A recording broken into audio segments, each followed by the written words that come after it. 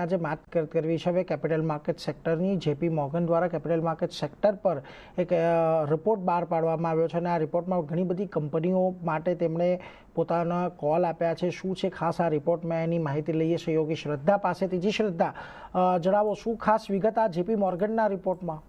જી good afternoon. તો JP મોર્ગનનો capital market પર report આવ્યો છે. તેમણે રિપોર્ટમાં જણાવ્યું છે કે માર્કેટ શેર ગેઇન્સ, ઓપરેટિંગ લિવરેજથી અહીંયાથી માર્જિન આપણને સુધારતા જોવા મળી શકે છે. સાથે જ પોલિસી અને ટેક્સીસમાં બદલાવને કારણે પણ ઇક્વિટીમાં અહીંયાથી નિવેશ વધી શકે છે આવનારા સમયમાં.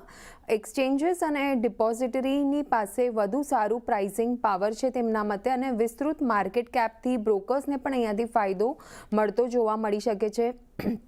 મજબૂત અર્નિંગ ગ્રોથ અને બિઝનેસ મોડેલો પણ પ્રભાવશાળી જોવા મળશે. ડેરિવેટિવ્સ વોલ્યુમ પર રેગ્યુલેટરી નિયમોની અસર જોવા મળશે. અહીંયાથી એસઆઈપી ઇન્ફ્લોની વાત કરીએ તો 25,000 કરોડથી નીચે, જેથી નોંધપાત્ર અહીંયાથી જોખમ રહેતું જોવા મળી શકે છે જો 25,000 કરોડથી નીચે હોય તો. અને વીકલી એક્સપાયરીની વાત કરીએ તો અહીંયા વીકલી એક્સપાયરીના સમાપ્તિને કારણે એડીપીવીટી એટલે કે એવરેજ ડેઇલી પ્રીમિયમ ટર્નઓવર 20% જેટલું ઘટ્યું છે. રેગ્યુલેટરી ફેરફારોને કારણે કોર્પોરેટ અર્નિંગ્સને પણ અહીંયાથી અસર આવતી જોવા મળી શકે છે.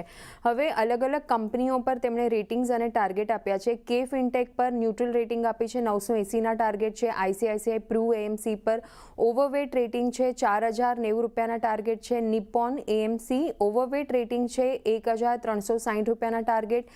કેમ્સ ઓવરવેટ રેટિંગ છે, 950 રૂપિયાના ટાર્ગેટ. એન્જલ વન ઓવરવેટની રેટિંગ છે અને 420 રૂપિયાના ટાર્ગેટ. બીએસસી પર ન્યુટ્રલ રેટિંગ છે, 4,330 રૂપિયાના ટાર્ગેટ. સીડીએસએલ પર અંડરવેટ રેટિંગ આપી છે, 1,200 રૂપિયાના ટાર્ગેટ સાથે.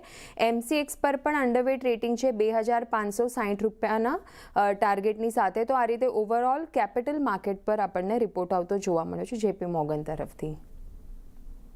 જી શ્રદ્ધા, આભાર અમારી સાથે જોડાઈને સમગ્ર વિગત આપવા માટે. તો જુઓ, તમને આજે Angel one, BSc, CDSL, MCX, ICICI pro, Nippon AMC આ બધા પર એક ખાસ કરીને મત જેપી મોર્ગનનો બની રહ્યો છે અને એમની અપેક્ષા છે કે અહીંયાથી એક સારો ગ્રોથ આ સેક્ટરની અંદર આવી શકે છે.